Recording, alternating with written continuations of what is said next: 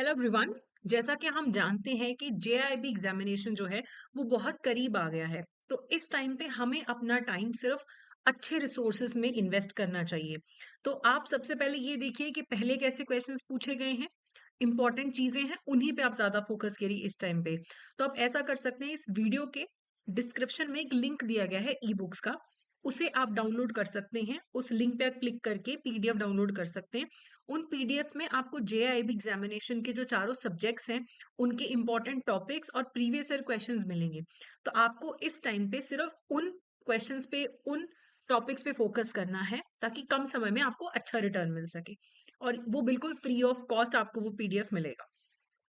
आज के इस सेशन में हम डिस्कस करने वाले हैं मॉड्यूल सी और डी के मोस्ट एक्सपेक्टेड क्वेश्चंस, और लगभग 50 क्वेश्चंस हम डिस्कस करेंगे, और एंड में हम दो होमवर्क क्वेश्चंस भी देखेंगे। उसका आंसर आप मुझे कमेंट सेक्शन में दीजिएगा। ओके, सो मॉड्यूल सी जो है वो आईटी रिलेटेड है, इंफॉर्मेशन टेक्नोलॉजी रिलेटेड है, और मॉड्यूल डी जो है वो एथिक्स के रिलेटेड है। और मॉड्यूल डी में से ज्यादातर जो क्वेश्चंस आते हैं वो कॉमन सेंस के रिलेटेड आते हैं। ओके, चलिए पहला क्वेश्चन देखते हैं। A reputed public sector bank has recently come under public scrutiny after a whistleblower exposed that a few senior officials were involved in manipulating loan documents to meet quarterly targets. The bank's internal audit report had flagged irregularities, but no corrective action was taken. Amid media backlash and customer outrage, the bank's board has now decided to implement a strict ethical code and provide training on core ethical principles to all employees. In the light of this case, which of the following principles of ethics was violated or need to be reinforced? तो एक बहुत बड़ा public sector banks है, तो अभी एकदम public scrutiny में आ गया है क्योंकि विसल ब्लोअर ने एक्सपोज किया, एक आदमी ने एक्सपोज कर दिया कि आपके जो ऑफिशियल्स हैं वो लोन डॉक्यूमेंट्स मैनिपुलेट करते हैं। पहले बैंक की इंटरनल ऑडिट रिपोर्ट ने भी इसके बारे में बात करी थी, लेकिन तब बैंक वालों ने कोई एक्शन नहीं लिया। जब मीडिया में बात आ गई तो अब ये कहते हैं कि अच्छा, अब हम एथिकल कोड ऑफ कंडक्ट जो है इंप्लीमेंट करेंगे, अब हम ट्रेनिंग करेंगे। तो इस पूरे मामले में बिजनेस एथिक्स कौन से वायलेट हुए हैं? Transparency and integrity were compromised due to concealment of audit findings and manipulation of record. कहते हैं ट्रांसपेरेंसी और इंटेग्रिटी कॉम्प्रोमाइज हुई कि आपने ऑडिट फाइंडिंग्स छुपाई, मैनिपुलेशन करने की कोशिश करी। Fairness was maintained since the issue was only with a few officials and not systematic. ये गलत है, फेयरनेस मेंटेन नहीं की गई है। या तो वो शुरू में एक्शन लेते जब रिपोर्ट्स आई हैं, वो तो जब मीडिया आ गया तब उन्होंने एक्शन लिया है। Responsibility was upheld as the board is now planning to implement corrective action. Responsibility तो तब होती ना जब इनिशियली एक्शन लेते, अब तो पब्लिक की वजह से या मीडिया की वजह से एक्शन लिया जा रहा है। Accountability was evident throughout as the whistle blower acted in public interest. तो अकाउंटेबिलिटी या जो रिस्पॉन्सिबिलिटी है वो तो सिर्फ विसल ब्लोअर ने दिखाई ना, ऑर्गेनाइजेशन में हर जगह थोड़ा ना अकाउंटेबिलिटी शो हुई है इसमें। All of the above principles were properly followed, तो ऐसा नहीं है। यहाँ पे जो प्रिंसिपल वायलेट हुआ है, ए जो आंसर है वो सही है कि ट्रांसपेरेंसी और इंटेग्रिटी वायलेट हुई है क्योंकि चीजों को छुपाया गया है, ढकने की कोशिश की गई है। तो ए करेक्ट आंसर है। ओके, चलिए आगे बढ़ते हैं। Which of the following statements are true regarding business ethics? Business ethics के बारे में कौन सा स्टेटमेंट यहाँ पे करेक्ट है? Business ethics is primarily concerned with the legality of business practices. कहते जो बिजनेस एथिक्स है वो प्राइमरली कंसर्न्ड है with the legality of business practices. Ethical decision making in business often involves balancing legal, moral, and stakeholders' interest. The concept of business ethics is a modern development and did not exist historically. तो ऐसा तो बिल्कुल भी नहीं है। Ethics तो जब से समय शुरू हुआ है, एथिक्स तो हमेशा से ही रहे हैं। तो ये गलत है। Business ethics only applies to large corporation and does not concern small businesses. तो ऐसा भी बिल्कुल नहीं है कि सिर्फ बड़े बिजनेसेस को एथिक्स फॉलो करने हैं, छोटा बिजनेस बड़ा बिजनेस सबको ही फॉलो करने हैं। तो ये भी गलत है, ये भी गलत है। ठीक है, और सिर्फ लीगल चीजों की बात नहीं होती है। ए में कह रहा है कि सिर्फ लीगैलिटी से मतलब है, नहीं। आपको लीगल, मॉरल और स्टेक होल्डर इंटरेस्ट सबका ध्यान रखना होता है बिजनेस एथिक्स में।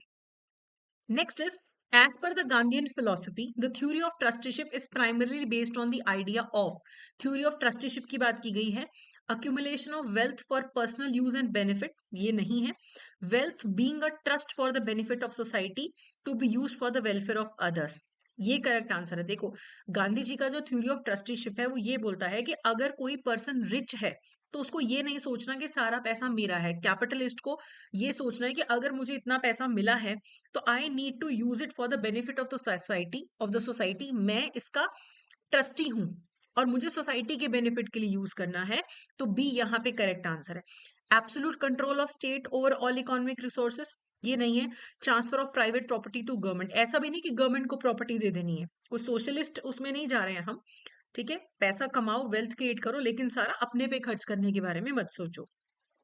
A business magnate in India with substantial wealth has been advocating for the application of Gandhi's theory of trusteeship. The magnate believes that wealth should not solely be used for personal enrichment, but must be treated as a trust to the benefit of society. तो theory of trusteeship की बात हो रही है। According to this theory, how should the magnate approach the use of his wealth?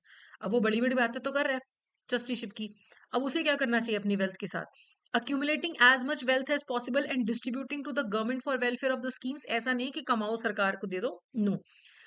by using the wealth solely for personal luxuries and comforts as long as it does not harm the society। तो ऐसा नहीं कि society को क्या नुकसान हो रहा है, हम अपना मजे कर रहे हैं, ये भी नहीं है theory of trusteeship. by using the wealth as a trustee, ensuring it is utilized for social welfare, reducing inequality and supporting the underprivileged। ये करेक्ट आंसर है कि आप अपनी वेल्थ के ट्रस्टी बनो और सोशल वेलफेयर के लिए उसको इस्तेमाल करो, इनइक्वालिटी रिड्यूस करने के बारे में सोचो, अनप्रिविलेज को सपोर्ट करने के बारे में आप सोचिए। ये सही है। By using the wealth to increase corporate empire, ये नहीं है। वेल्थ बढ़ाना इकलौता नहीं होता, वेल्थ बढ़े लेकिन अंडर प्रिविलेज लोगों के काम आनी चाहिए। तो सी करेक्ट आंसर है।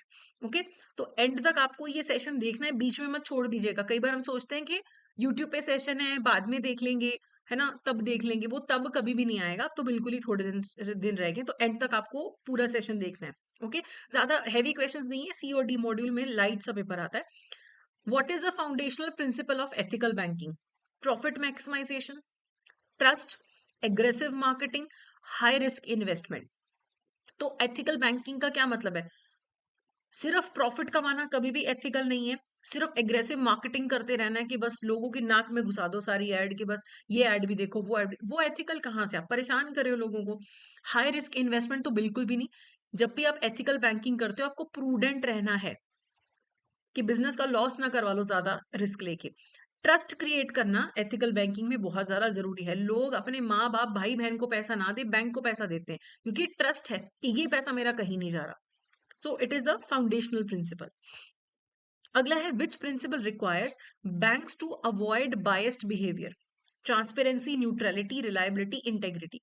तो इंटेग्रिटी क्या होता है? इंटेग्रिटी में एक वो डायलॉग नहीं है बड़ा फेमस सलमान खान का कि एक बार मैंने कमिटमेंट कर दी तो वे मैं खुद की भी नहीं सुनता। इट मीन्स आपने जो वर्ड दे दिया आप उसको फॉलो करो। जब प्रीच करते हो वो आप फॉलो करो, इंटेग्रिटी होनी चाहिए। ठीक है, तो ये तो नहीं है आंसर। न्यूट्रलिटी है यहाँ पे कि आप किसी के प्रति बायस्ड बिहेवियर नहीं रखोगे, आप सबको इक्वली ट्रीट करोगे।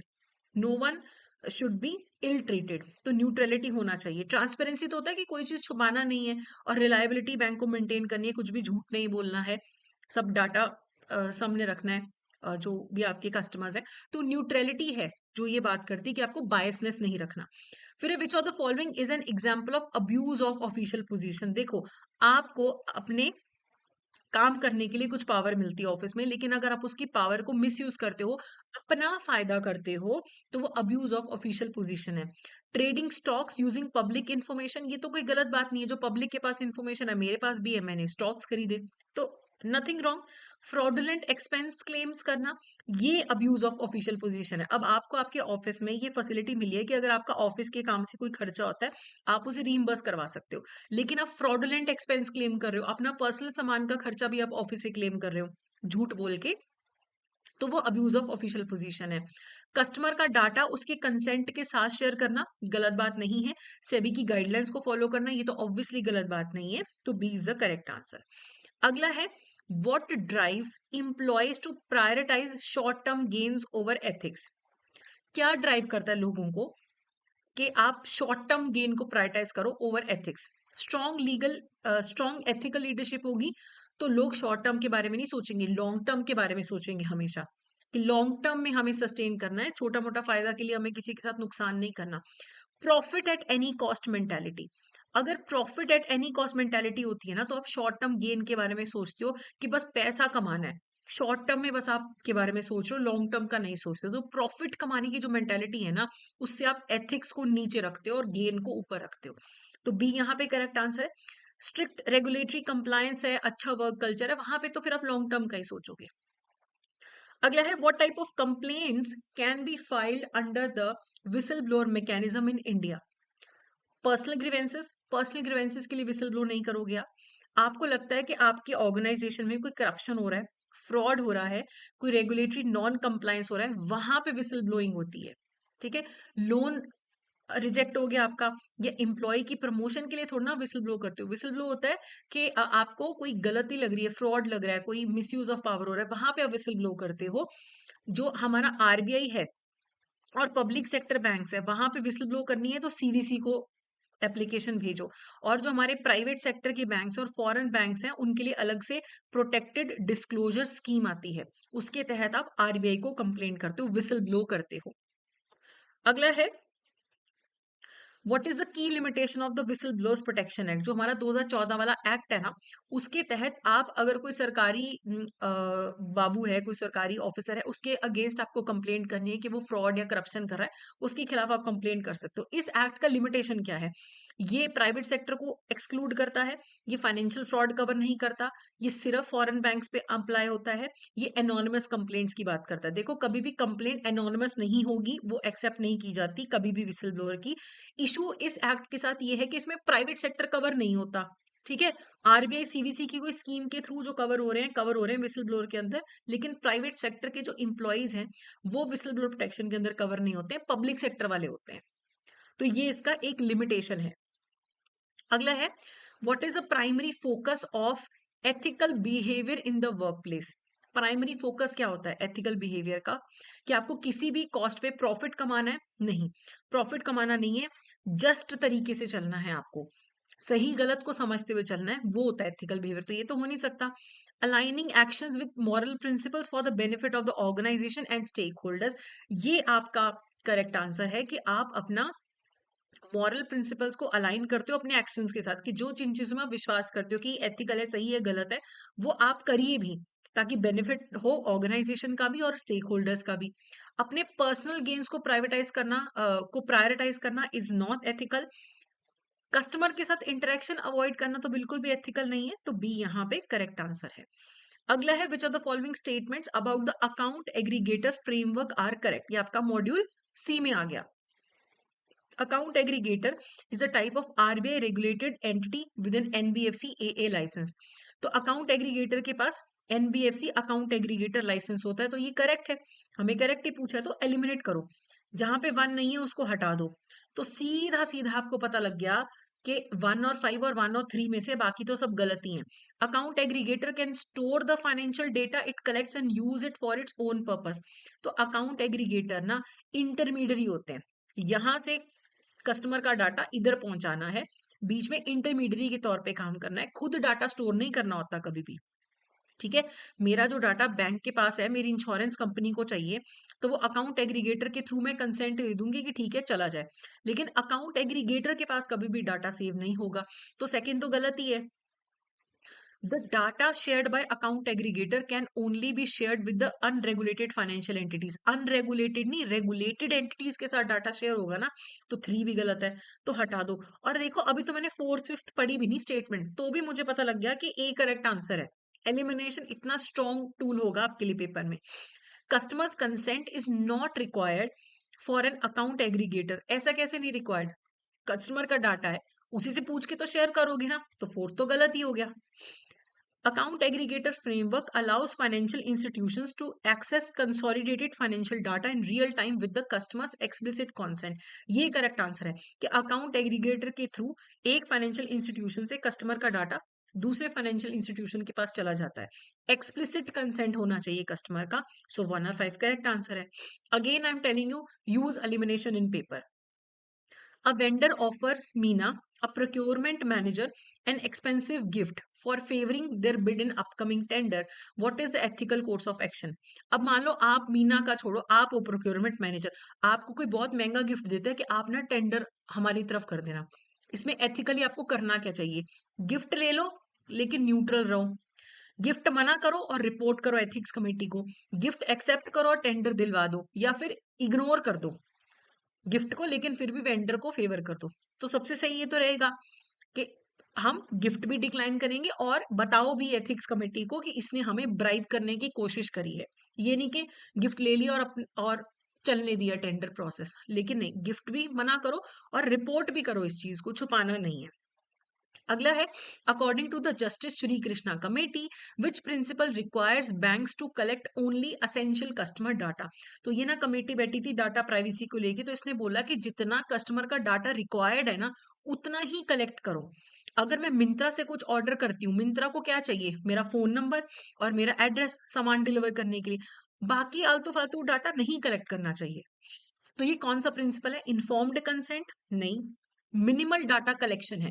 मिनिमल डाटा कलेक्शन है कि जितना रिक्वायर्ड है उतना ही कलेक्ट करो और कस्टमर की कंसेंट के साथ करो। तो बी यहाँ पे करेक्ट आंसर है। अकाउंटेबिलिटी तो जवाबदेही हो गया ना, तो बी करेक्ट आंसर है। What is a potential consequence of failing to comply with the RBI IT security norms. अगर कोई आरबीआई के आईटी सिक्योरिटी नॉर्म्स बैंक्स नहीं फॉलो करते तो क्या नुकसान है? कस्टमर का ट्रस्ट बढ़ेगा नहीं, घटेगा। न्यू मार्केट में एक्सपेंशन होगा नहीं, लीगल फाइन्स पेनल्टीज लग सकते हैं। अगर आप आरबीआई के नॉर्म्स नहीं फॉलो कर रहे तो ऑपरेशनल ऑफेंस ऑफिशिएंसी बढ़ने का तो चांस ही नहीं है, उल्टा फाइन और पेनल्टीज और लगेंगे। तो यहाँ पे सी जो है वो करेक्ट आंसर है। अगला है, which of the following statements about ring topology is incorrect. Ring topology में ऐसा होता है, ये सिस्टम, ये सिस्टम, ये सिस्टम, ये सिस्टम, ये सिस्टम, ठीक है, और डाटा जो है ना एक ही डायरेक्शन में मूव करता है, एक ही डायरेक्शन में मूव करता है। तो सारे डिवाइसेस एक लूप में कनेक्टेड है, क्लोज लूप में, नजर आ रहा है ना? सही है, तो बना लेना वहां पे टोपोलॉजी, तो इजी रहता आंसर करना। Information is pass from one node to other in a series, ठीक है, ऐसे ही डाटा यहाँ से यहाँ मूव करेगा, यहाँ से यहाँ सीरीज में मूव करेगा, correct. Data transmission is possible in both directions, ये गलत है, डाटा एक ही डायरेक्शन में मूव करता है, तो सी करेक्ट आंसर हो गया। हमें इनकरेक्ट पूछा था ना। अ breakdown of one station on the ring can disable the entire land, ये बिल्कुल सही है कि एक भी यहाँ पे अगर सिस्टम स्टेशन डिसेबल हो गया तो डाटा कैसे मूव करेगा? डाटा तो इसके थ्रू आगे जाएगा ना, अगर यही खराब हो गया तो पूरा स्टेशन ब्रेक डाउन हो जाएगा।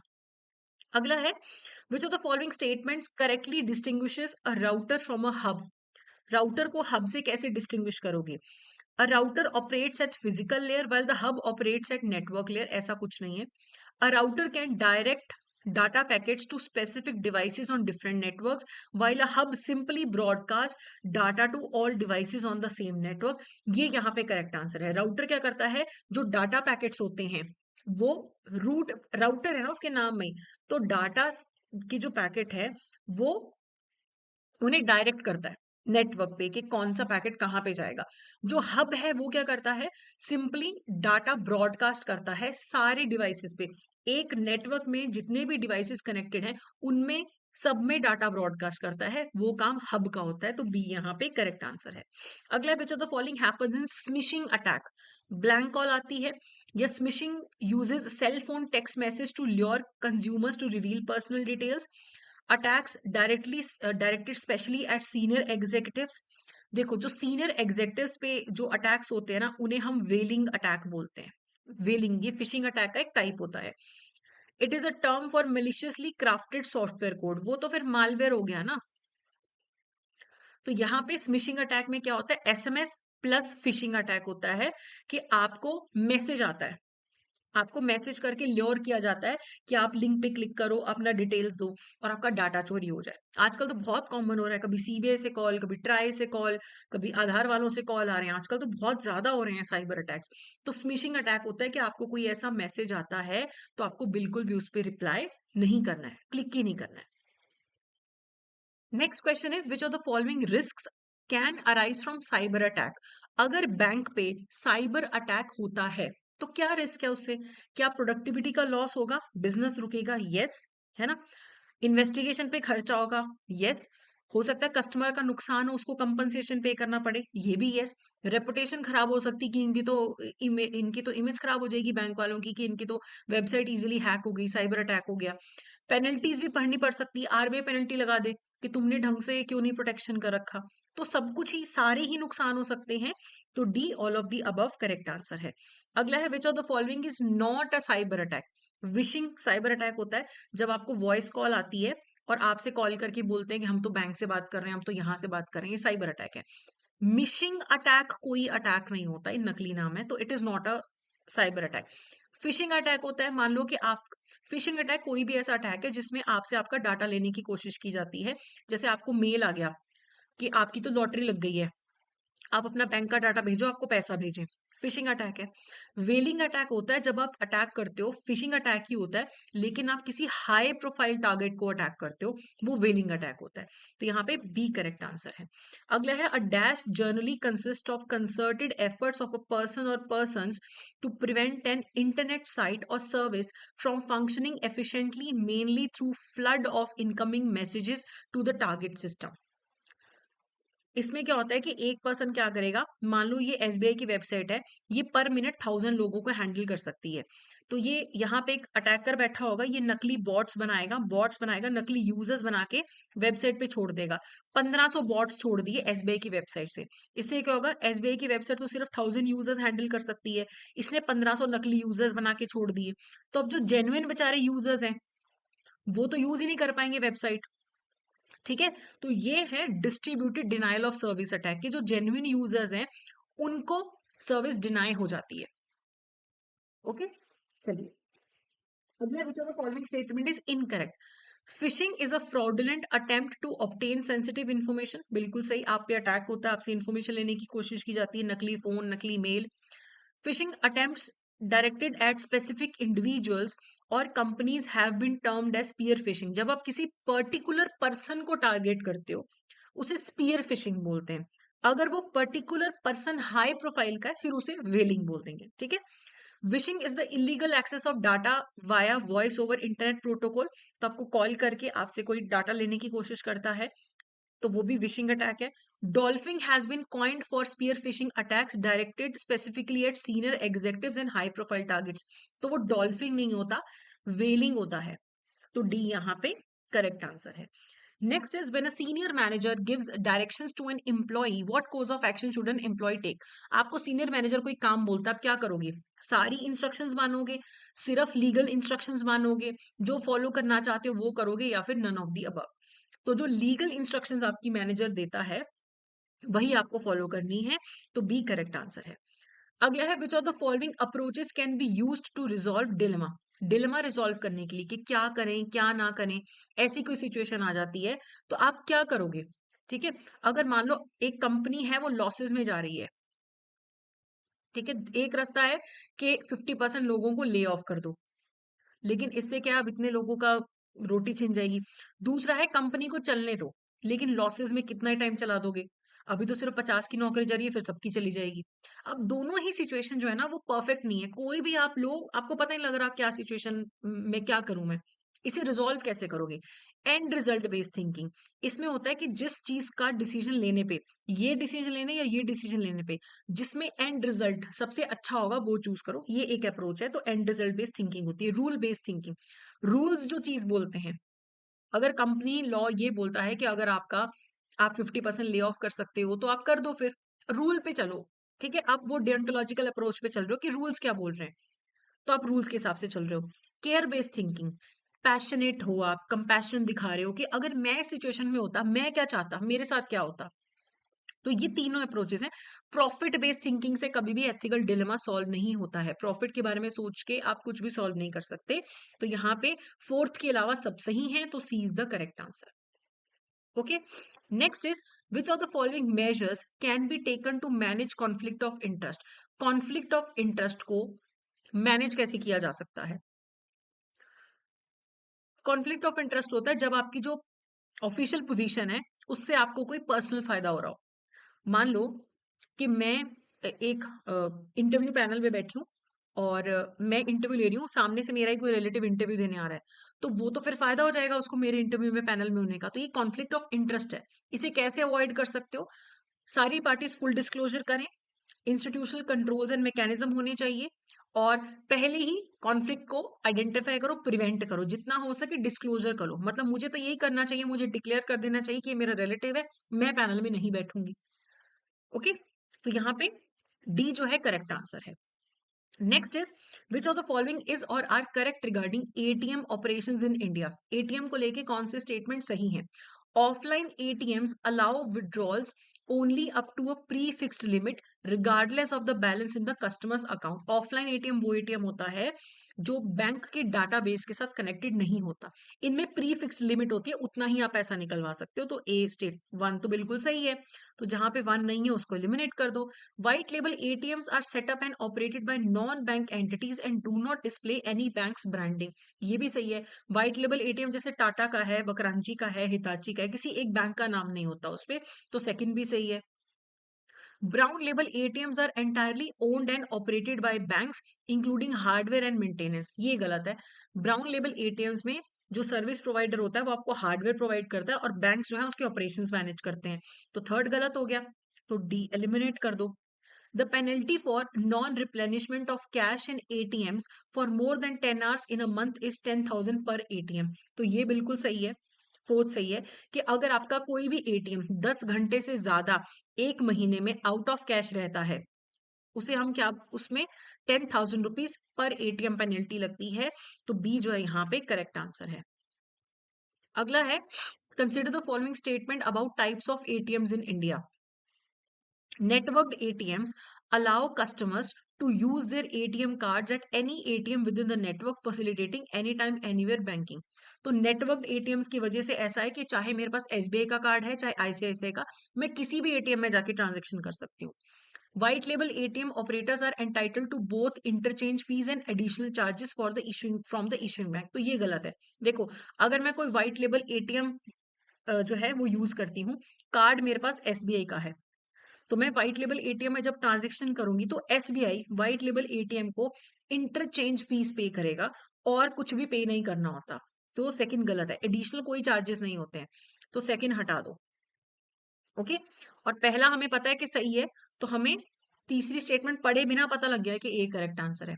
The majority of ATMs in India are connected through national financial switch operated by NPCI. तो ये वाला स्टेटमेंट बिल्कुल सही है।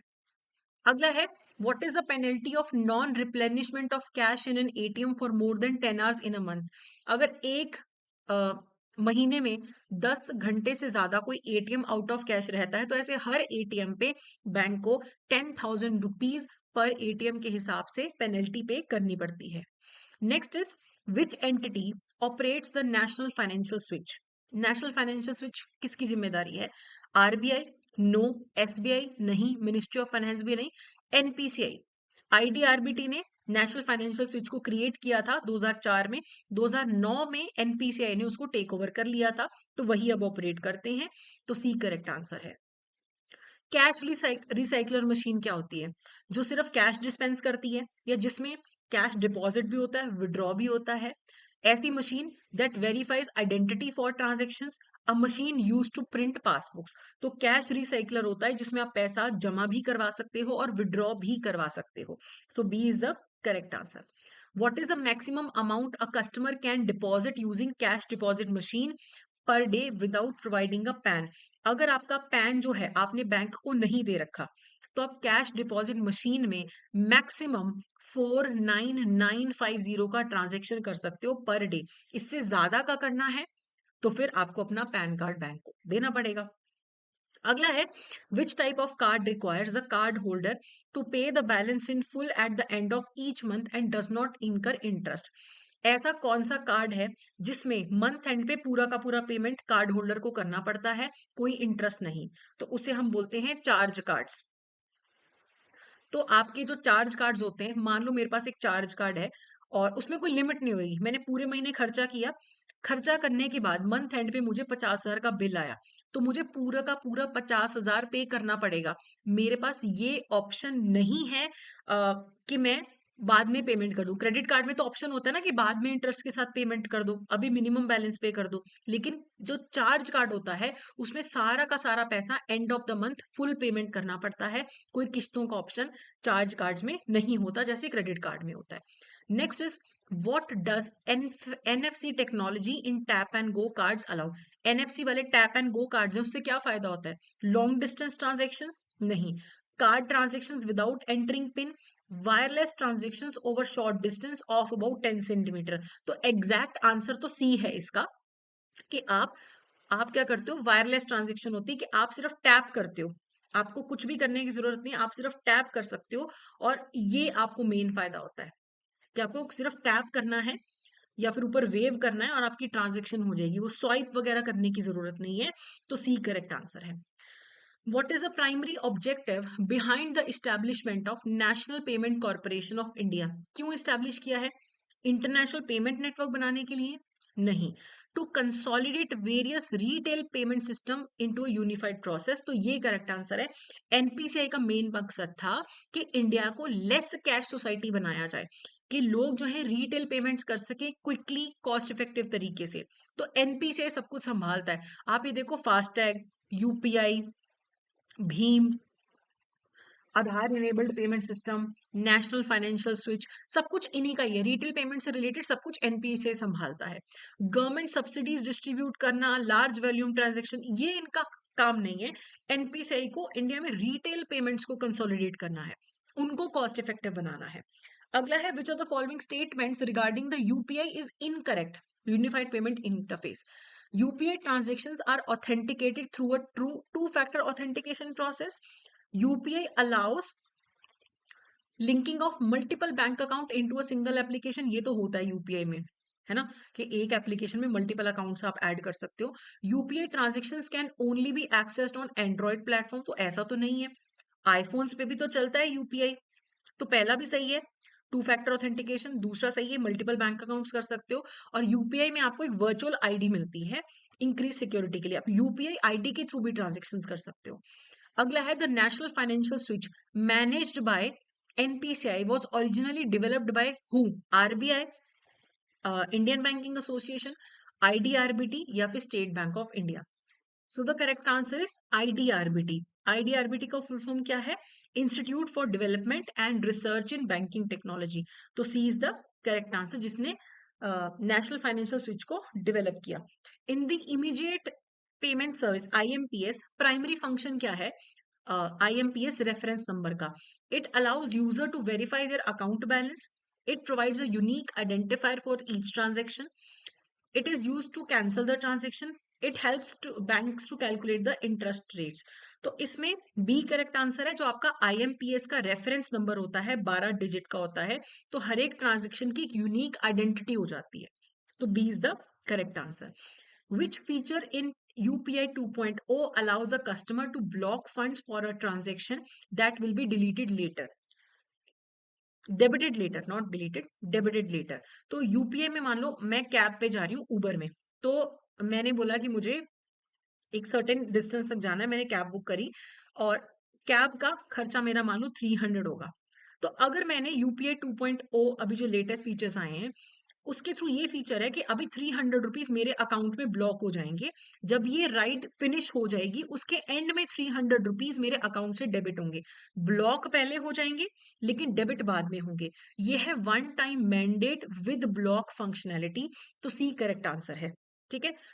और इनवॉइस इन द इनबॉक्स में ऐसा होता है कि जब आप कहीं पेमेंट कर रहे हो तो पहले मर्चेंट आपकी यूपीआई ऐप में आपको इनवॉइस भेज देगा और उसे चेक करने के बाद आप पेमेंट कर सकते हो। Okay, signed intent and QR code की वजह से जो भी क्यूआर कोड के थ्रू पेमेंट्स होंगी उसमें ज्यादा सिक्योरिटी फीचर्स ऐड हो गए हैं। चलिए, और स्प्लिट तो आप कर ही सकते हो, यूपीआई में बिल्स भी स्प्लिट कर सकते हो, लेकिन हमें सिर्फ पूछा गया था कि ये कौन सा फीचर की बात हो रही है। अगला है, what is the primary advantage of the signed intent and QR feature in UPI 2.0? Splitting bills इसमें नहीं होता है। Enabling recurring E mandates for regular payments, increases security bye verifying QR codes and preventing tampering. ये correct answer है। मैंने बोला ना अभी आपको कि साइंड इंटेंट एंड क्यूआर से जो कोड्स वेरीफाई होते हैं और टेम्परिंग नहीं हो पाती है, तो थोड़ा सिक्योरिटी फीचर एक ऐड किया गया है। नेक्स्ट है, what is the purpose of national electronic toll collection system in India? अब आपने देखा है, आप टोल पे जाते हो, कैश नहीं देना पड़ता, फास्टैग लगा है, फास्टैग से पैसा आपका कट जाता है, तो वो नेशनल इलेक्ट्रॉनिक टोल कलेक्शन, ये भी एनपीसीआई का पार्ट है। To provide an online marketplace for government procurement नहीं, वो तो हमारा अलग ई मार्केट प्लेस है, गवर्नमेंट मार्केट प्लेस डिफरेंट चीज है। To facilitate electronic toll payments via RFID passive tag, जो आपके वो फास्ट टैग होता है ना, वो आरएफआईडी एक टैग होता है जिससे आपके अकाउंट से पैसे कट जाते हैं। तो ये नेशनल इलेक्ट्रॉनिक टोल कलेक्शन के अंडर है। To enable digital signature verification of documents, to manage electronic tax collection के लिए नहीं है, टोल कलेक्शन के लिए है। Next is, what is the primary function of the government e marketplace? Government e marketplace या जो GeM portal है उसका क्या काम है? To provide a digital platform for private sector sales? No. To offer N online marketplace for government procurement? तो ये correct answer है। अगर गवर्नमेंट को अपने कॉमन यूज की कोई गुड्स परचेज करने हैं, तो वो गवर्नमेंट का जो ई मार्केट प्लेस है उस पे अपना स्पेसिफिकेशन बता दें कि उनको क्या चाहिए, सेलर फिर अपना कोड भेजते हैं, अपना बिड भेजते हैं, उनमें से गवर्नमेंट चूज कर ली। तो बिल्कुल कैशलेस ट्रांसपेरेंट सारा सिस्टम होता है कि कुछ भी प्रोक्योर करना है तो गवर्नमेंट ई मार्केट प्लेस के थ्रू होता है। तो बी करेक्ट आंसर है। Next is, which of the following is not an important objective of computerisation of banking? Banking sector में जब कंप्यूटराइजेशन आई है उसमें से इसका क्या ऑब्जेक्टिव नहीं था? कस्टमर सर्विस तो था ना ऑब्जेक्टिव, कस्टमर सर्विस इंप्रूव हुई है। मैन पावर रिड्यूस करना कभी भी मेन मोटिव नहीं था। डिसीजन मेकिंग में हेल्प मिलती है, प्रॉफिटेबिलिटी प्रोडक्टिविटी बढ़ती है, लेकिन मैन पावर रिड्यूस करना ये कभी भी मोटिव नहीं था। ओके। अगला है, इन मल्टी यूजर कंप्यूटर नेटवर्किंग क्या होता है? मल्टी यूजर कंप्यूटर नेटवर्किंग में क्या होता है? Computer are based on centralise processing concept. तो ये सही है। मल्टी यूजर्स में एक सेंट्रल सर्वर होगा, उससे सारे कनेक्टेड होते हैं, और ये जो आपका सेंट्रल सर्वर होता है, सेंट्रल कंप्यूटर होता है, इसमें सारा डाटा प्रोसेस और सेव होता है। Various terminals are attach to the central computer, तो ये सेंट्रल कंप्यूटर है, इससे टर्मिनल्स में अलग अलग और सिस्टम्स कनेक्टेड है। तो ये सही है।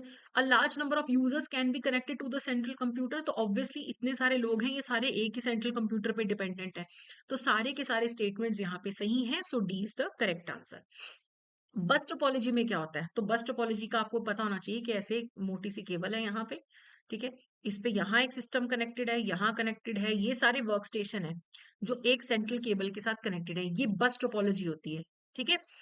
each node is joined to the central hub by a separate medium, तो ऐसा नहीं है, एक ही केबल है जिसके साथ सारे कनेक्टेड हैं। Devices are connected in a closed loop, ये तो रिंग टोपोलॉजी में होता है, ये भी गलत है। Information is pass to the central node, ये होता है स्टार टोपोलॉजी में, ये भी गलत है। Devices on the network are connected to a single continuous cable, तो ये करेक्ट आंसर है कि ये सिंगल कंटिन्यूअस केबल है, अगर ये ब्रेक डाउन हो जाए, बैकबोन ब्रेक डाउन हो जाए, तो पूरा टोपोलॉजी आपका जो लैन है वो ब्रेक डाउन हो जाता है। एक वर्क स्टेशन खराब होने से कोई फर्क नहीं पड़ता। Next is, which of the following statement is not true about core banking system? क्या करेक्ट नहीं है? Branches are interconnected only to share customer data among them, तो सीबीएस से सिर्फ कस्टमर को नहीं फायदा हो रहा, सबको फायदा हो रहा है। ठीक है। Customer need not necessarily transact only from home branch, तो ये तो बिल्कुल सही है, आपको होम ब्रांच ही जाने की जरूरत नहीं है, कोर बैंकिंग से सारी ब्रांचेस आपस में कनेक्टेड है, कहीं भी जाके ट्रांजेक्शन कर लो। Data of a customer is not lost when the home branch is down, ये तो सही है। अगर होम ब्रांच डाउन होगी कोई बात नहीं, बाकी ब्रांचेस चल रही हैं, सर्वर तो सही है। Customer can access is banking account related information through multiple ways, ATM में जाके बैलेंस चेक कर लो, फोन पे बैलेंस चेक कर लो, ब्रांच में जाके बैलेंस चेक कर लो, गूगल पे चेक कर लो, तो ये तो फायदा है ही है। तो करेक्ट नहीं है ए स्टेटमेंट। तो ब्रांचेस इंटरकनेक्टेड होने से सिर्फ कस्टमर्स को फायदा नहीं है, बैंक के एम्प्लॉयज को भी तो फायदा हो रहा है। ओके, सिक्योरिटी बढ़ रही है, बैंक को भी फायदा हो रहा है कि डाटा लूज नहीं होता है। चलिए, अगला है, if you can make a card transaction by waving a smart card at the POS, what type of smart card are you using? अगर सिर्फ वेव करके कार्ड बिना स्वाइप किए अगर आप ट्रांजेक्शन कर पा रहे हो तो उसे हम कॉन्टेक्टलेस कार्ड बोलते हैं, एनएफसी टेक्नोलॉजी वाला, टैप एंड गो कार्ड भी बोलते हैं। तो डी करेक्ट आंसर है। अगला है, the credit card offers what? Revolving credit for a certain period, pay off the entire amount of card usage, online recovery of the amount of card usage, या फिर all of the above. Credit card में आपको एक limit मिलती है, ठीक है। मान लो मेरे क्रेडिट कार्ड की लिमिट 70,000 है, तो मेरे पास टाइम है कि 1 महीने में मैं 70,000 का कुछ भी खरीद लूँ और बाद में पेमेंट कर लूँगी। तो मुझे 1 महीने का क्या मिल रहा है? क्रेडिट मिल रहा है ना, तो रिवॉल्विंग क्रेडिट फैसिलिटी है। हर महीने खर्चा करो, पे कर दो, खर्चा करो, पे कर दो। एक रिवॉल्विंग क्रेडिट फैसिलिटी मुझे मिली हुई है, तो ए करेक्ट आंसर है। Next is which of the following is not a digital alternative delivery channel. अब बैंक अपनी सर्विसेज के लिए बहुत सारे चैनल्स यूज कर सकता है। ATM, e kiosk, internet banking. Branch teller एक पर्सन होता है जो ब्रांच में आपको, बैंक की ब्रांच में आपको हेल्प करता है। वो डिजिटल ऑल्टरनेटिव नहीं है। ऑल्टरनेटिव तो वो है ना जो ऑनलाइन है या बैंक के बाहर है, कि आप एप्स के थ्रू ट्रांजेक्शन कर सकते हो, आप इंटरनेट के थ्रू कर सकते हो, आप एटीएम के थ्रू कर सकते हो। ब्रांच टेलर तो बैंक में ही बैठा हुआ है, वो ऑल्टरनेटिव डिलीवरी चैनल नहीं है, डिजिटल नहीं है वो, तो सी करेक्ट आंसर है। अगला है मॉडम क्या करता है? Modulates digital signal to analog, analog to digital, converts data into image, या फिर बोथ ए एंड बी। देखो ये मेरा कंप्यूटर है, ये डिजिटल सिग्नल समझता है। अब ये है टेलीफोन केबल, इसके थ्रू डाटा ट्रांसफर होके आपके कंप्यूटर तक पहुंच रहा है। तो मेरा कंप्यूटर, आपका कंप्यूटर डिजिटल सिग्नल समझता है, ये टेलीफोन वायर एनालॉग समझती है। तो डिजिटल से एनालॉग में कन्वर्ट होगा जब ट्रैवल करेगा, जब आप तक पहुंचेगा तो एनालॉग से फिर से डिजिटल सिग्नल में कन्वर्ट होगा। ये काम मॉडम करता है, मॉड्यूलेटर, डी मॉड्यूलेटर। तो digital to analog, analog to digital signals convert करने का काम मॉडम करता है। आखिरी क्वेश्चन है, नेशनल इलेक्ट्रॉनिक फंड ट्रांसफर में कितने बैचेस में सेटलमेंट होती है? तो देखो नेफ्ट के अंदर 30 मिनट्स के अंदर एक बैच सेटल होता है पेमेंट के लिए, नेट सेटलमेंट होती है। तो यानी कि 24 घंटे में 48 बैचेस होते हैं। तो डी यहाँ पे करेक्ट आंसर है। आरटीजीएस में क्या होता है? आरटीजीएस में क्या होता है? आरटीजीएस में तो उसी टाइम होता है ना लाइव, ओके, उसी टाइम साथ के साथ नेट सेटलमेंट हो रही है। अब इस क्वेश्चन का आंसर आप मुझे कमेंट सेक्शन में दीजिएगा। नेशनल ऑटोमेटेड क्लियरिंग हाउस जिसे एनपीसीआई ने इंप्लीमेंट किया है, अगेन एनपीसीआई क्या काम है उसका? नॉर्मल चेक्स क्लियर करना, एमआईसीआर चेक्स क्लियर करना, high volume electronic transaction handle करना, प्रीपेड पेमेंट्स का क्लियरिंग करना। तो एनएसीएच क्या करता है? ठीक है। अगला क्वेश्चन का आंसर भी आपको मुझे कमेंट सेक्शन में देना है। डिस्ट्रीब्यूटेड लेजर टेक्नोलॉजी किसके साथ एसोसिएटेड है? Blockchain, ATM, robotic process automation, या फिर 5G नेटवर्क्स। ओके, देखिए इसका आंसर भी आप मुझे कमेंट सेक्शन में दीजिएगा। अब आपने ये पूरा सेशन देखा, अब आप लोगों को समझ तो आ गया होगा कि तैयारी बहुत अच्छी है या बहुत बुरी है। तो अभी भी अगर आप लोगों को फील हो रहा है कि मुझे अभी तैयारी करने की और ज़रूरत है, या आपको थोड़ा-सा लो फ़ील हो रहा है कि मुझे थोड़ी-सी और तैयारी करनी चाहिए, तो अभी पहली बात तो हार नहीं माननी बिल्कुल भी, अभी भी टाइम है। कैसे टाइम है? आप बोलोगे कि मैम इतने कम दिन रह गए या 15 दिन भी नहीं बचे तो क्या करें? उसके लिए हम आपके लिए 2 ऑप्शंस लेके आए हैं। आप हमारी वेबसाइट पे जाइएगा, हमारे जो इस वीडियो का डिस्क्रिप्शन में लिंक दिया हुआ है वेबसाइट का, कोर्सेज़ का, वहाँ पे जाइए। वेबसाइट पे आप कोर्सेज़ में जैब पे क्लिक करिए। अगर आपको लगता है कि आपको सिर्फ एक सब्जेक्ट में प्रॉब्लम है, मुझे आईएफएस नहीं आता बाकी मेरा सब हो गया है, आप सिर्फ आईएफएस का कैप्सूल कोर्स ले सकते हो। इस कैप्सूल कोर्स में होगा क्या? आईएफएस के 4 मॉड्यूल हैं, चारों की आपको रिकॉर्डेड वीडियोस मिल जाएंगी। 20 घंटे के लगभग का आपका ये कोर्स है। सिर्फ आप वीडियोस देख लो तो भी आपकी बहुत अच्छी तैयारी हो जाएगी, बट इसमें आपको रिकॉर्डेड वीडियोस तो मिल रही है, लिमिटेड सा आपको इसमें टाइम देना है। नोट्स भी हैं, टेस्ट सीरीज में मिलेंगी आपको, आईएफएस की फुल लेंथ मॉक टेस्ट में मिलेंगे। अगर आपको सिंगल सब्जेक्ट में प्रॉब्लम है तो सिंगल का कैप्सूल कोर्स ले लो और जैब 75 कोड यूज कर लो। अगर आपको लगता है कि मुझे सब में हेल्प की जरूरत है तो कॉम्बो पे क्लिक करिएगा और यहाँ पे आपके पास आ जाएगा बैंकर्स कैप्सूल कोर्स। इसमें सारे सब्जेक्ट्स की आपको रिकॉर्डेड क्लासेस मिल रही है बड़े शॉर्ट में। बहुत कम समय देना है आपको, 20 घंटे से भी कम समय देना है आपको पर सब्जेक्ट। तो देखो आईएफएस के पेपर में टाइम है, आप आराम से देख सकते हो 20 घंटे की वीडियो। फिर 1 हफ्ते का समय होगा पीपीबी और एएफएम से पहले, उसमें आप पीपीबी एएफएम की वीडियोस देख लो। फिर आरबीडब्ल्यूएम से पहले तो अच्छा खासा टाइम है, उसमें आप ये वीडियोस देख सकते हो। Test series, notes, chapter wise MCQs भी आपको अवेलेबल है। लेकिन अगर आपको लगता है कि नहीं, मुझे रिकॉर्डेड नहीं, मुझे लाइव सेशन लगाने हैं, तो हमारा super crash course batch 4 available है। तो आप उसमें एनरोल कर सकते हो जिसमें आपको लाइव क्लासेस लगानी है। ठीक है, आपको आईएफएस के एग्जाम से पहले वाले हफ्ते में आईएफएस की क्लासेस लगानी है, पीपीबी एएफएम सब्जेक्ट के एग्जाम से पहले उनकी क्लासेस लगानी है, आरबीएम से पहले वाला, आरबीडब्ल्यूएम से पहले वाला जो हफ्ता है उसमें उसकी क्लासेस लगानी है। तो इस तरीके से इसमें भी आपको नोट्स और टेस्ट सीरीज भी मिल रहे हैं। तो अब आपको चूज करना है, लाइव क्लासेस चाहिए तो सुपर क्रैश कोर्स फोर्स, और अगर आपको रिकॉर्डेड से चलेगा शॉर्ट में तो आप बैंकर्स कैप्सूल कोर्स में एनरोल कर सकते हैं। सुपर क्रैश कोर्स में बैंकर कोड यूज कर सकते हैं और जो आपका कैप्सूल कोर्स है उसमें जैप 75 कोड यूज करके आप एनरोल कर सकते हो। बाकी कोई भी आपको दिक्कत है तो आप हमें मेल करोगे hello@edutap.co.in पे, या फिर इस नंबर पे भी आप हमें कॉल कर सकते हैं। और कोर्सेज के लिए तो वेबसाइट है ही। ओके, सो ये था हमारा आज का सेशन। होपफुली आपको पसंद आया होगा। That's it for today. Thank you so much.